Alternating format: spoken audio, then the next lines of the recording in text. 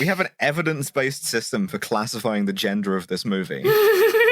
And we call it the SCUM system. It stands for SMARM, cultural insensitivity, unprovoked violence, and misogyny. So I'm anticipating a man scums. Anticipating a high answer. Out of a possible 7, negotiable. 20. SMARM. Vision. Fuck this. I hate this man. He is the smarmiest bod. He is oily. He's the smarmiest gun I've ever fucking seen. Oh. I don't think this is the smarmiest he gets, though. I don't want to give it a full 7.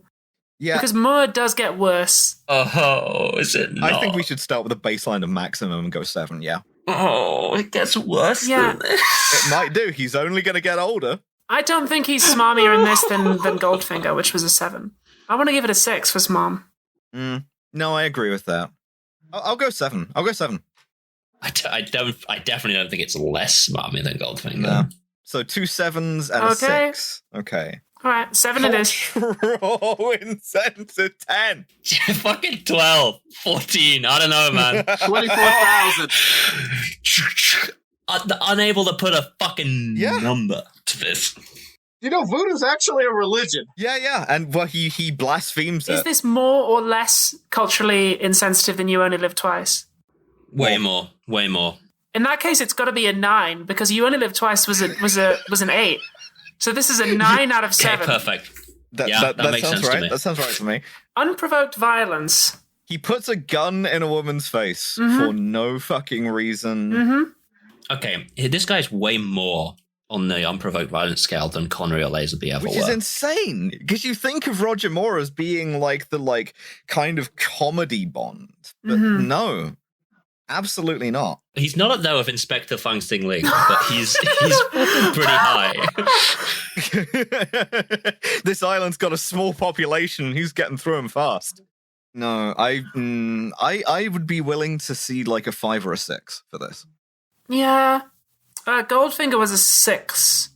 I'd say this is slightly less unprovoked violence than Goldfinger. Yeah, slightly less. So how about a 5 then? A 5 works for me. Now, misogyny. There's misogynoir in here. That's true. It's misogynoir. The line where he's like, well, I wouldn't have done it before.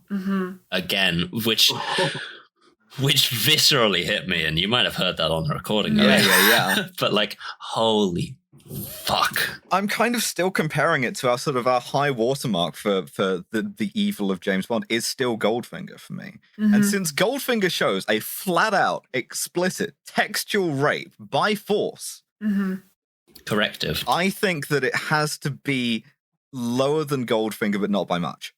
Goldfinger was an 8 on misogyny. I would see 7.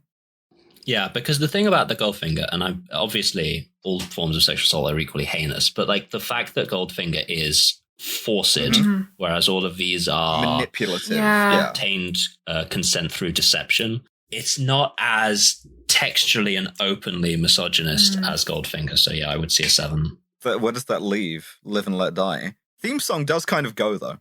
It does indeed, but unfortunately that doesn't gain any more points, and it is sitting pretty at 28, the worst one we have watched so far. That sounds right to me.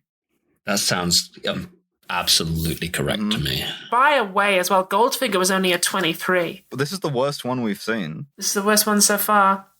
Ow. An incredible start for Roger Moore.